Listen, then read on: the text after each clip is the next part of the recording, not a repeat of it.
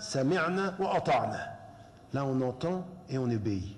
Mais quand il s'agit de tout ce qui va consister au projet social, à la dimension politique, le prophète lui-même avait enseigné à ses disciples de faire la différence entre son opinion personnelle et l'application des principes. Ça, c'est un premier élément.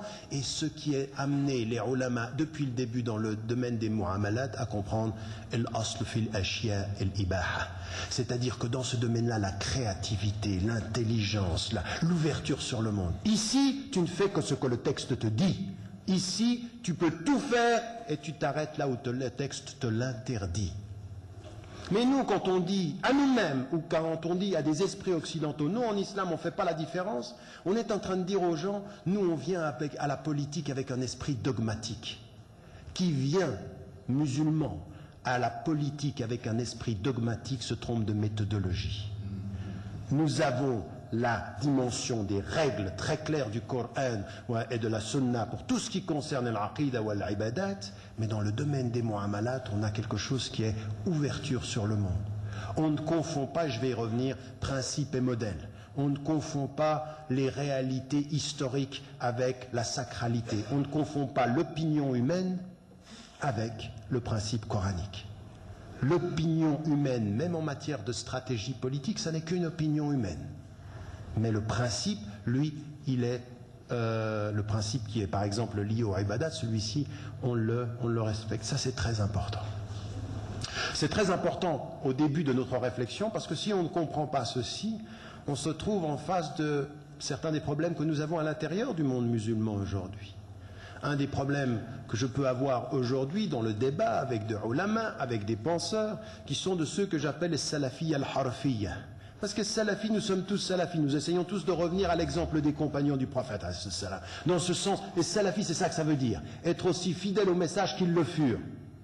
Mais il y en a qui viennent à la salafiyya de façon très littéraliste. Quand c'est marqué noir, c'est noir. Quand le texte, c'est comme ceci. Et donc, harfi, c'est le texte et on ne contextualise pas les choses. Et pour eux, il n'y a pas de différence de méthodologie. Il faut s'habiller comme on s'habillait à l'époque du prophète, parce que si vous ne vous habillez pas de la même façon, vous êtes dans l'ordre de la bid'a, de l'innovation. Et là, on a un problème de compréhension et de méthodologie. Pour nous, la bid'a, elle n'est pas dans l'ouverture au monde, elle est dans al-aqida ou al-ibadat. Là, on peut pas ajouter quelque chose. Mais tant qu'on respecte les principes dans les mu'amalat, et qu'on s'ouvre sur le monde, et qu'on s'habille comme ça, mais qu'on a respecté le principe de la pudeur, eh bien, on est dans l'ordre de l'islam. Là, on a une vraie discussion de fond. Une vraie discussion de fond. Et ce débat intra-communautaire entre les musulmans est très déficitaire aujourd'hui, très superficiel. Nous n'avons pas atteint les vraies questions critiques sur cette dimension-là. Mais ça, c'est un premier élément important pour nous et il faut le comprendre. Deuxième point sur lequel je voulais insister, et là, c'est une autre dimension. On parle de projet social et politique et vous ne pouvez pas, quand vous parlez de projet social et politique, éviter un concept central en islam qui est celui de la charia. Vous ne pouvez pas. Vous avez aujourd'hui un certain nombre de savants aux États-Unis, d'intellectuels aux États-Unis, en Europe, qui nous disent que la charia, il faut l'enlever de notre terminologie. Vous savez, il y en a certains maintenant, ils veulent nous éduquer en islam. Alors pour nous éduquer en islam, ils ont compris une chose, on va changer leur lexique. Alors vous enlevez charia, vous enlevez djihad, on enlève des mots. Il y a même, j'ai rencontré un moufti européen qui disait à son audience, eh bien ce verset-là, il faut l'enlever.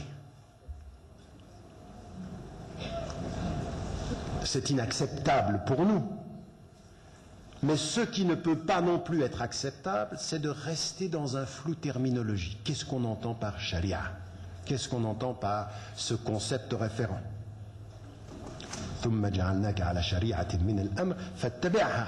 Ça, c'est la seule fois où il apparaît dans cette racine-là dans le Coran. Nous t'avons mis sur une charia, suis-la. Et puis, non, c'est... non.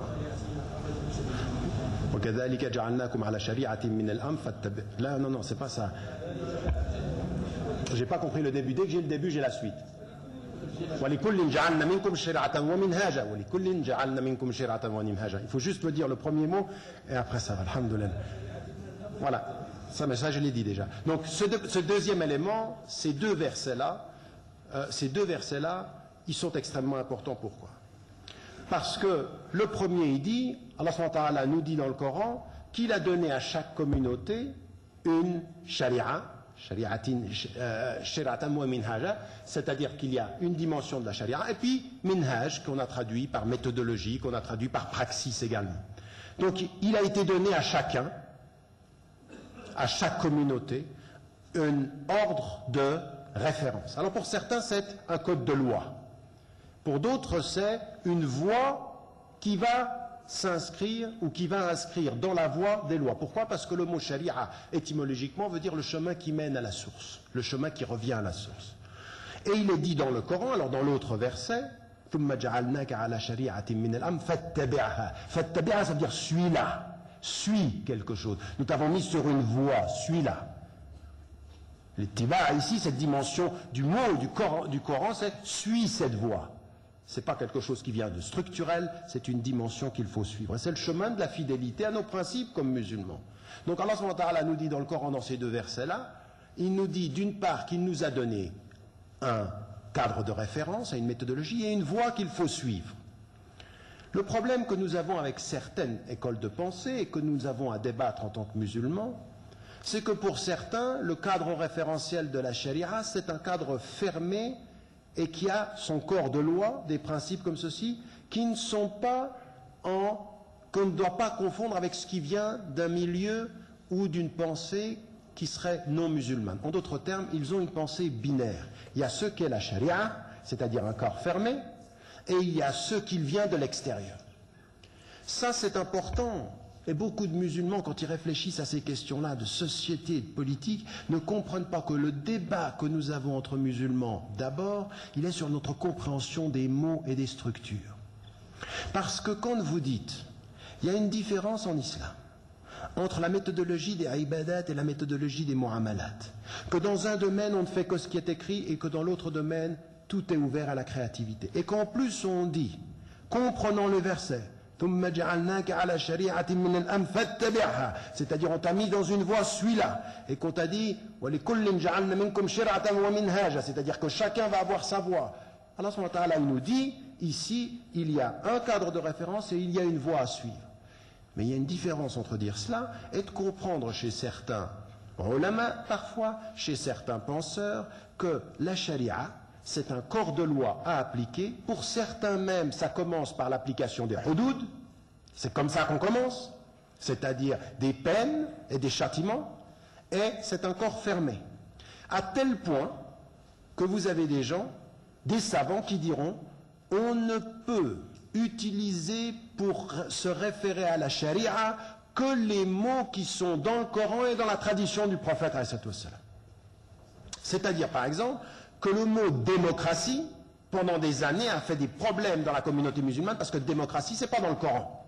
Même une fois, j'étais en France et devant des milliers de Français, je disais aux musulmans, vous devez participer aux élections, être des citoyens.